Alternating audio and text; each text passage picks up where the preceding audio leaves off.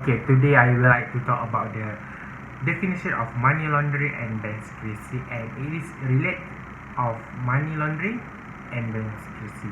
Okay, first, money laundering is a minor offense or derivative, predicate offense which is focused on money generating activity, while bank secrecy is prohibited any director or officer of any approved banking entity from creating, revealing, publishing or disclosing to another party any details related to customer accounts, affairs or behavior. Banking secrecy and money laundering is related.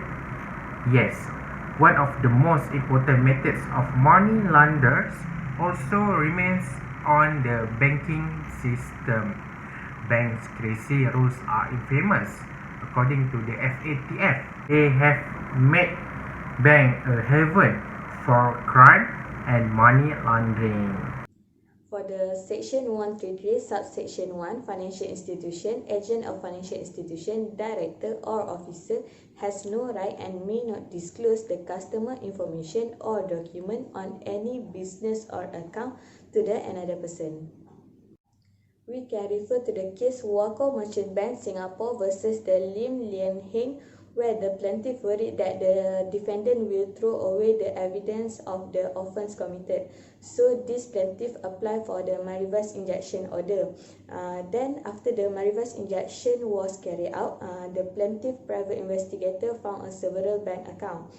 Then the defendant claimed that this plaintiff had violated the Section 97 of BAFIA for hiring a private investigator.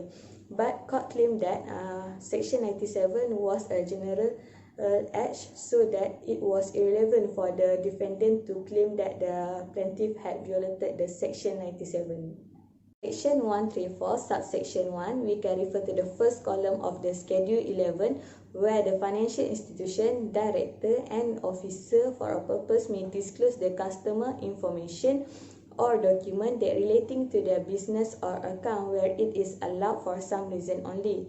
We can refer for the case Bank Bumiputra Malaysian Berhad versus the Cheong Yok Choi Malaysian Central Depository Sdn Berhad, where the defendant was an employee to the plaintiff, where he had committed an offence of fraud, breach the trust and conversion. So that there are three options given to the defendant, but it was violation under the Section 43 of the Security Industry Central Depository Act 1991 if the disclosure is made and that will involve the intervention of the director and his officer on a criminal liability.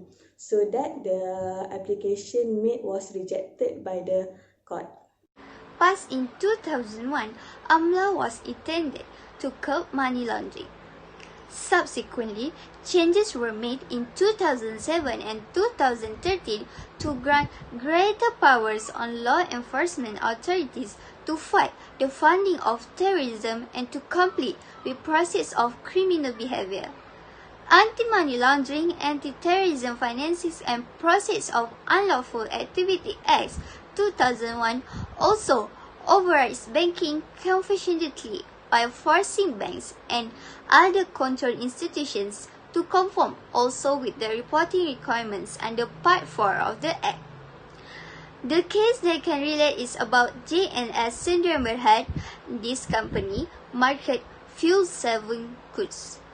This company was accused of engaging in an unlawful business of selling clone copies of fuel-saving goods. The court determined that both directors should be jailed on the basis of charges. Under BAFIA in 1990, the first director was sentenced to 6 years in prison, and under AMLAFA in 2001, he was sentenced to 4 years in jail, each with 106 counts, while the second director was sentenced to 4 years in prison under BAFIA in 1990 and to 2 years in prison under AMLAFA in 2001, 83 years in prisons. critical issue part, the news or article that we have found related with our topic, the impact of banking secrecy on anti-money laundering obligation is Act BSI banker Vioncia get jail term fine in Singapore's 1MDB probe.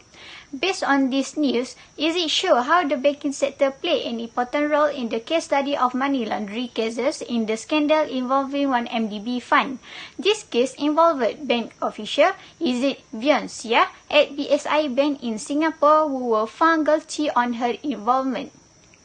Most surprisingly, it involved more than one officer, and because of that, it could attract investigators to identify the mastermind behind this scandal. From this article, it shows that Sia have found guilty because of helping to falsify documents and failing to report suspicious transactions allegedly related to Low Tae Juk. Because of that, the mistake made by Sia is not in line with the principle of banking secrecy under Section 133, Subsection 2, Financial Service Act 2013 that state where banks' confidentiality is exempted for document relating to the affair or account of customer disclosed to BNM or official authorized under this act or the Central Bank of Malaysia Act 2009. I want to continue with the issue of case study. Number 4, Sia made an application to the court where said that she had a long history of the claustrophobia. However, the statement has been disputed by the prosecution where she did not have a strong evidence of the disease in her.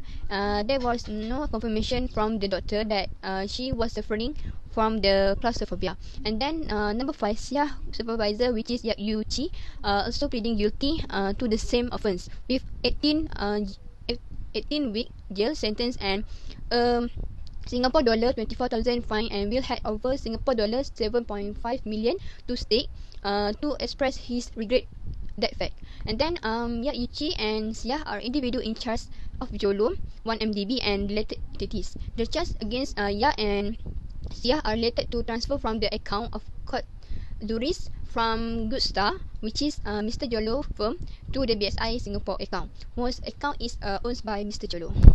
And then number C, Yap Yu Chi had forged a letter of reference to Mr. Oliver Blanchard from French Bank. However, the allegation involves Yap that she had assisted Yap in forging the letter and also forged another reference letter to Mr. Thomas Free, an individual from the Swiss financial advisory firm Kendris. Number 7, trial claim on charge of harassing witness in the Singapore investigation into the 1MDB scandal has been made by Yo Jiawei. He is the third individual convicted after Sia.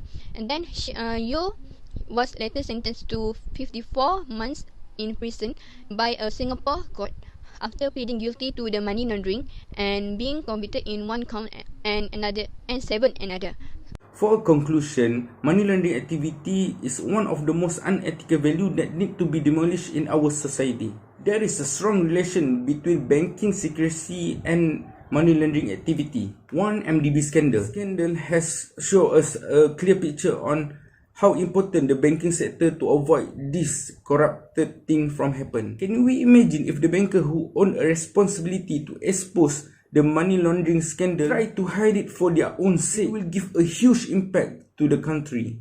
In addition, based on 1MDB case, we can see that bank need to be more alert and need to keep in mind that money laundering activity can be happen in anyone's account. Malaysia government has played a vital role to combat with this money laundering activity by come up with a law which is Section 134 the Financial Service Act 2013 recommendation. Many things can be enhanced to combat this money laundering activity. First, bank need to expose customer who have a suspicious activity in their account. This is really important. Even though banking secrecy is one of the things that bank need to do, but bank still need to expose the customer who have an suspicious activity on their account, because safety is one of the most important thing that bank need to take care of. Second, bank also can take their own alternative to combat this money laundering activity.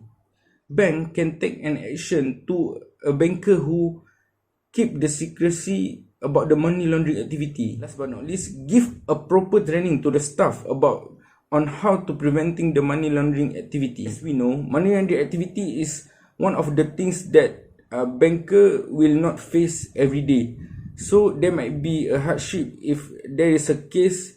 So bank need to provide a training. So if this particular things happen, money activity happen, banker know on how to deal with it and fight with it.